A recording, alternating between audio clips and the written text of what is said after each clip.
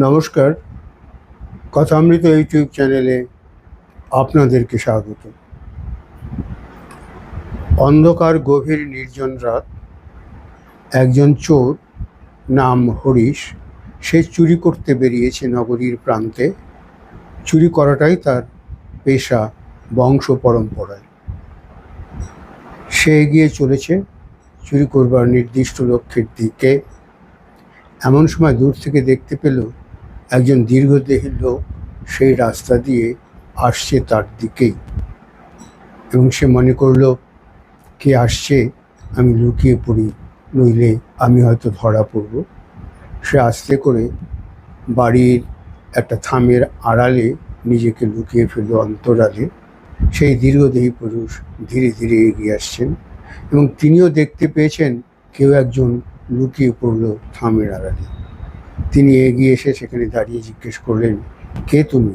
আমাকে দেখে লুকিয়েছ, বেরিয়ে এসো। সেই চোর দেখলো সে তো ধরাই পড়ে গেছে। সে দেখেছে সেই ভদ্রলোক তাকে। সেই চোর বেরিয়ে এলো তার সামনে। দীর্ঘদেহী, শান্ত, সৌম্য, সুদর্শন এক সাধু মহাপুরুষ তার সামনে দাঁড়িয়ে আছে। সেই সন্ত বা সাধু তাকে জিজ্ঞেস করলো, এত রাতে তুমি কোথায় চলেছো হে পুত্র?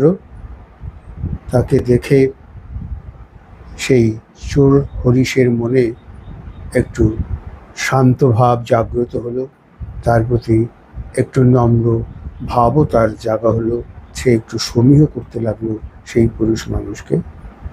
সে দেখলো এখন এই সাধুর কাছে মিথ্যা কথা বলে লাভ নেই, এবং এই মুহূর্তে যা পরিস্থিতি এবং পরিবেশ, তাতে সত্যি কথাটা বলা তাই শ্রেয়।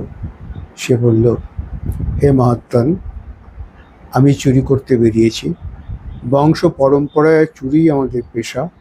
আমার পিতা চোর ছিলেন, তার পিতাও চোর ছিলেন। আমরা খানদান চোরের বংশ। এই চুরি করেই আমার জীবিকা নির্বাহ করতে হয়। আমি সেই জীবিকা নির্বাহের কাজেই এই রাত্রে বেরিয়েছি। সাধু মহাপুরুষ বললেন, তুমি আমার একটা কথা শুনবে? একটা অনুরোধ কি তুমি রাখবে আমার? সেই চোর বলল, না মহারাজ, আপনি আমাকে চুরি করতে বারণ করবেন না, কারণ এটা আমার পেশা, এটা আমি কিছুতেই ছাড়বো না। এই চুরি করা ছাড়া যদি আমাকে অন্য কিছু বলেন, তাহলে আমি সেটা ভেবে দেখতে পারি।